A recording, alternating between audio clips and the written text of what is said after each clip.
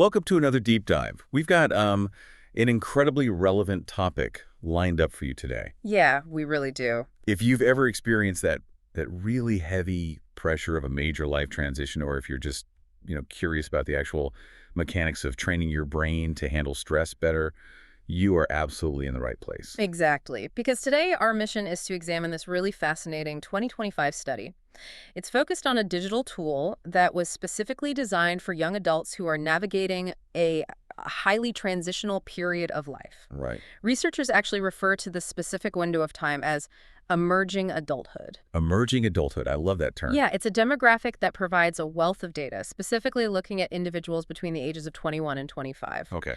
This is a high-pressure phase where a person is typically transitioning out of the highly structured, predictable environment of university, and they're stepping into the largely unstructured reality of the workforce. And we are examining this phase through a really specific, culturally rich lens today, setting our scene in Malaysia.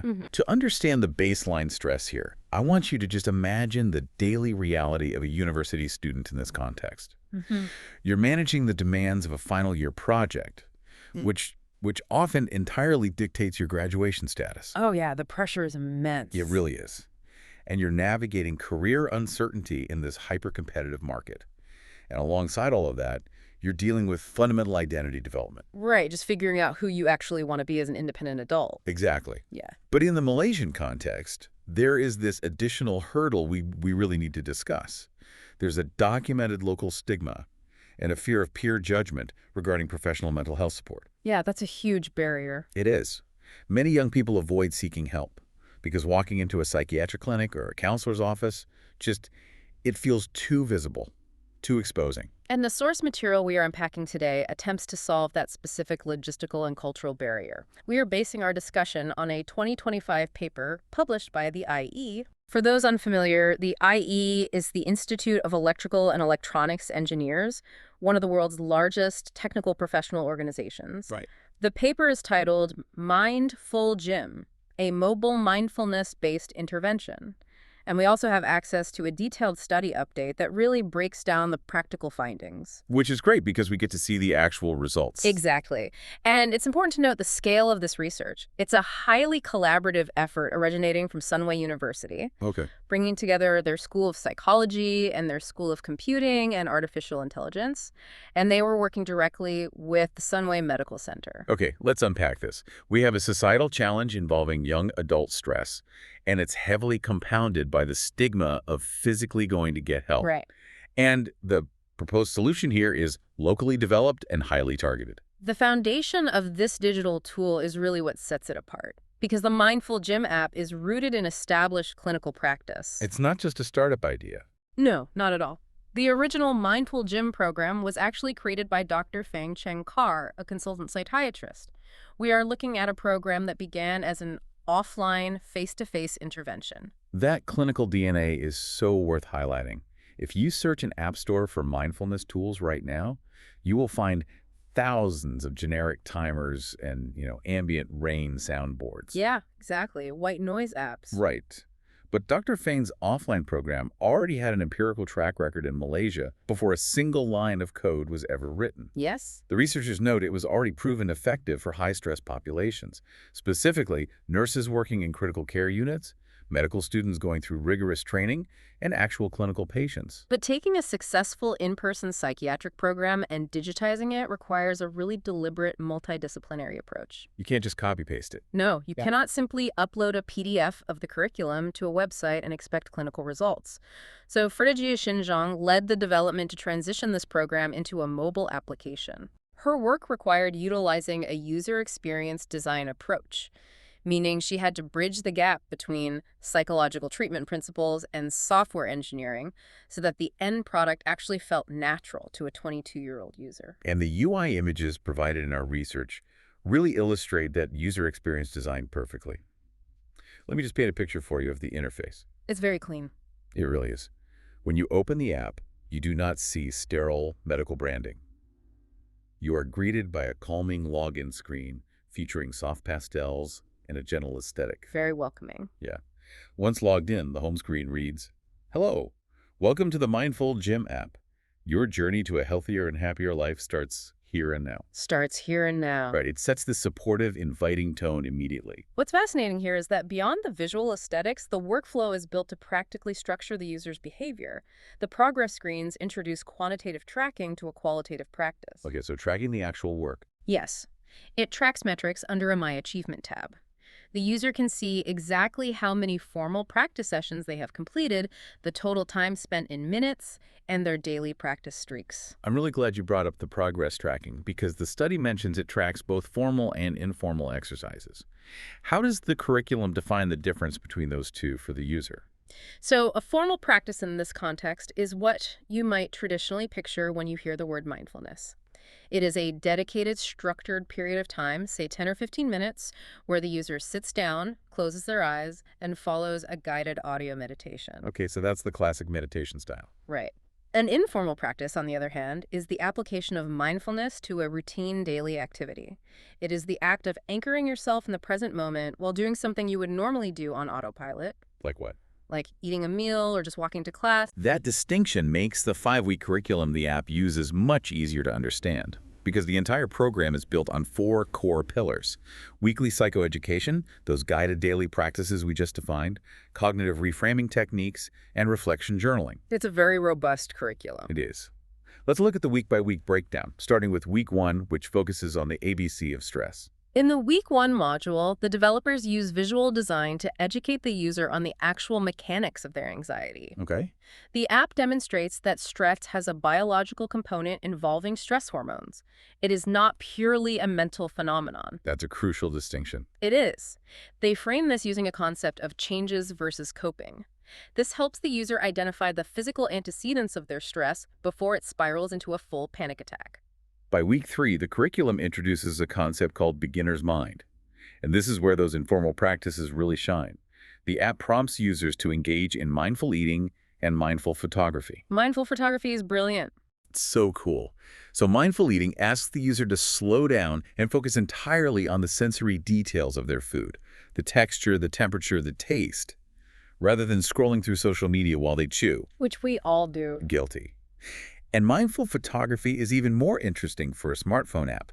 It asks the user to use their phone's camera intentionally, to find and photograph one mundane object in their environment, focusing entirely on its details and lighting.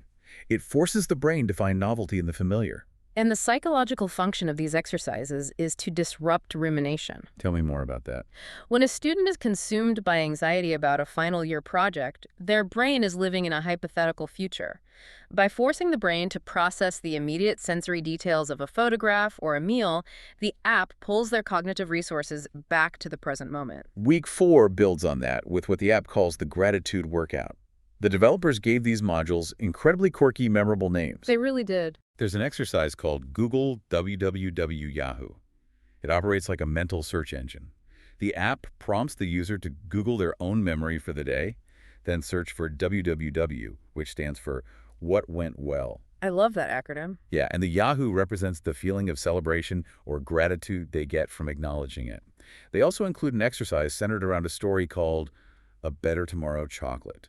That one is very creative. The user eats a piece of chocolate mindfully, using it as a sensory anchor, while actively framing a positive intention for the following day. The terminology is playful, but the cognitive reframing happening underneath is highly structured. Week 5 then introduces a practice that grounds all of this clinical work in the local environment. Loving kindness, Rasayang. Rasa Sang is a traditional folk song that is deeply beloved in Malaysia and the broader region. It roughly translates to feeling of love or feeling of affection. Integrating that specific cultural touchstone into a loving-kindness meditation is a very deliberate design choice. It makes it local. Exactly. It bridges the gap between clinical psychology, which can sometimes feel foreign or imported, and local identity. It makes the vulnerability required for a loving-kindness practice feel familiar to a young Malaysian user. The overarching framework holding all these weeks together is the concept of a home gym. The app asks for a commitment of 15 minutes a day. It is treating mindfulness exactly like physical fitness. It's literal reps for your brain. To determine if this 5-week digital mental gym actually produces results, we have to examine the data from the 2025 study. The research team utilized a mixed methods approach. What does that entail here? This means they did not just rely on the cold, hard telemetry data from the app itself. They paired those quantitative metrics with deep, qualitative human interviews. They started with 47 participants. Each participant was compensated with RM50 and free access to the app, plus an additional RM10 if they opted to complete the qualitative interview at the end. To measure the technical and objective quality of the app, the researchers used something called the MARS scale, which stands for the Mobile Application Rating Scale. For you listening, MARS is a widely recognized tool used by researchers to evaluate health apps across 4 distinct domains: engagement, functionality, aesthetics, and information quality. And the scores from the MARS evaluation were highly encouraging. The app achieved a functionality score of 4.20 out of 5. Functionality is crucial. A 4.20 means the app is technically reliable. It translates to smooth navigation, logical menu structures, and a lack of frustrating bugs or crashes. Yes. When you are dealing with users who are already stressed out, the tool they are using to find relief absolutely cannot be a source of technical frustration. The overall objective quality across all domains hit a very solid 3.7. So the quantitative data proves the app works on a technical level, but the qualitative interviews with the 16 students who completed the entire 5-week program reveal the true psychological impact. This is the human element. Right. A recurring theme in the transcripts is the occurrence of a profound shift in perspective. In clinical terms, we refer to this as reperceiving.